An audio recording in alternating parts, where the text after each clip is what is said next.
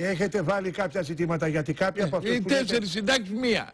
Είναι χακό. Αυτοί που έχουν όμως 5-6-7 συντάξεις είναι κάποιοι παλιοί πολιτικοί. Τι θα βγει, δηλαδή να τους χαρίσουμε. Ο Μητσοτάκης έχει 3-4.